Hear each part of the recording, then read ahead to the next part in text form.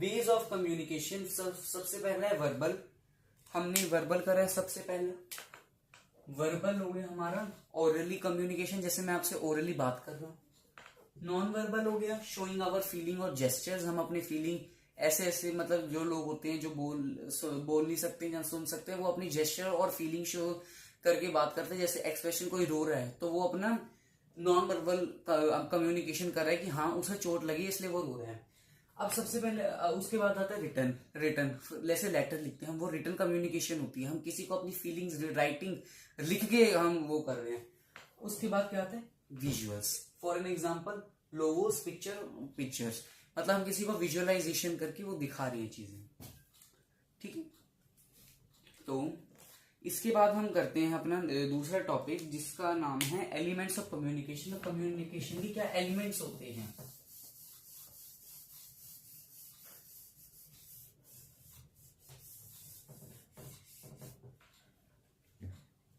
हमारा वेज भी हो गया है, अब एलिमेंट करते हैं हम लोग।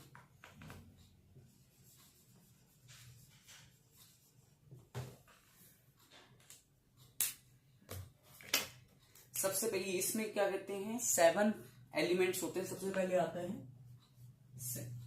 सेंडर और मैसेंजर।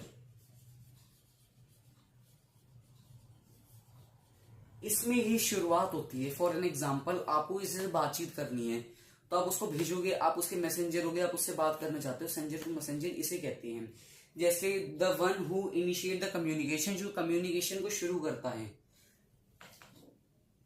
स्टार्टर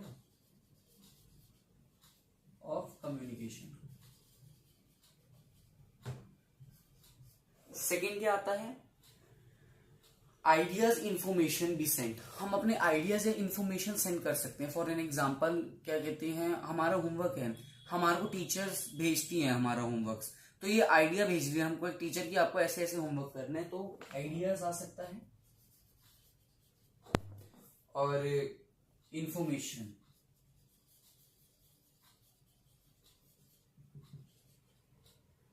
थर्ड आता है हमारा इनकोडिंग। इनकोडिंग होता है कि हम एक मैसेज को सुइटेबल फॉर्म में समझ सकें, मतलब एक रिक्वायर्ड मीडियम में हम उसको अच्छे समझ सके, उसमें ऐसी लैंग्वेज लिखी हुई। ठीक है, फॉर एन एग्जांपल हम रिटर्न हो गया है कि रिटर्न होता है, विजुअलाइजेशन होता है, नॉन वर्बल होता है, इस तरीके का होता है। उसके बाद आता है हमारा फिर हमारा क्या था encoding.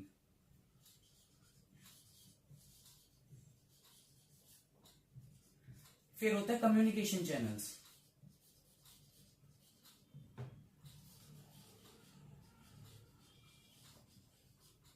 Communication channels for an example हम टीवी देखते हैं, उसमें बहुत से सीरियल्स आते हैं और क्या कहते हैं हमारे बहुत से चैनल्स होते हैं कम्युनिकेशन चैनल। जैसे यूट्यूब में भी हम लगा सकते हैं, मेरा चैनल है एआई विद समीर, तो ये आपके लिए कम्युनिकेशन चैनल है जिससे आप मेरे से पढ़ सकते हैं। तो थर्ड होता है, फिफ्थ होता है रिसीवर और रेसिपिएंट।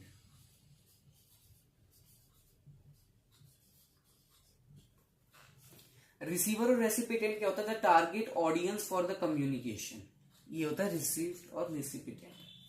अब सिक्स्थ आता है डिकोडिंग। डिकोडिंग क्या होता है converting the receive message in the form of understanding by the receiver. हमें अपना मैसेज ऐसा बनाना है कि हम जिसको मैसेज भेज रहे हैं उसको वो इंसान आराम से समझ पाए हमारी फीलिंग्स को, इसे कहते हैं डिकोडिंग। अब सेवंथ आता है हमारा फीडबैक।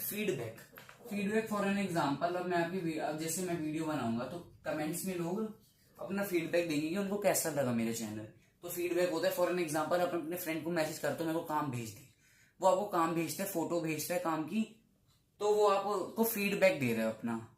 और जैसे हम फोटो भेज दी उसने, उसके बाद हम थैंक्स कर रहे हैं, थैंक यू सो मच वगैरह, वो फीडबैक होती है। तो हमको हमारे एलिमेंट्स ऑफ कम्युनिकेशन भी क्लियर हो चुका है, ये भी क्लियर हो चुका है हमको। फिर दोबारा कर लेते हैं सेंडर और messenger, ideas information, encoding, communication channels, receiver recipient, decoding and feedback, ये हमारे 7 एलिमेंट्स हो गए हैं।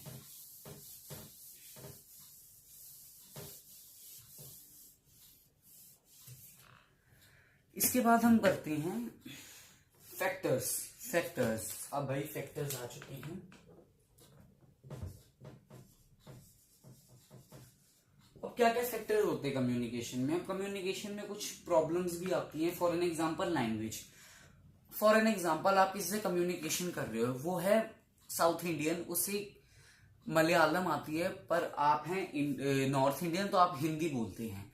तो लैंग्वेज भी बहुत मैटर करती है कि आप किस तरीके से कम्युनिकेशन करें। तो सबसे पहली आपकी चीज आती है लैंग्वेज।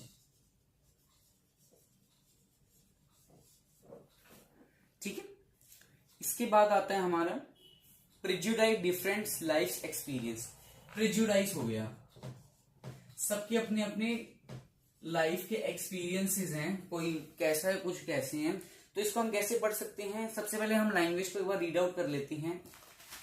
अनफेमिलियर लैंग्वेज और एसेंट में रूइंग द कम्युनिकेशन। फॉर जैसे मैंने आपको मलयालम और हिंदी वाला एग्जांपल दिया, तो कम्युनिकेशन को ये खराब कर सकता है। Prejudice different life experiences, a certain fixed way of thinking will prevent understanding the right meaning of the message.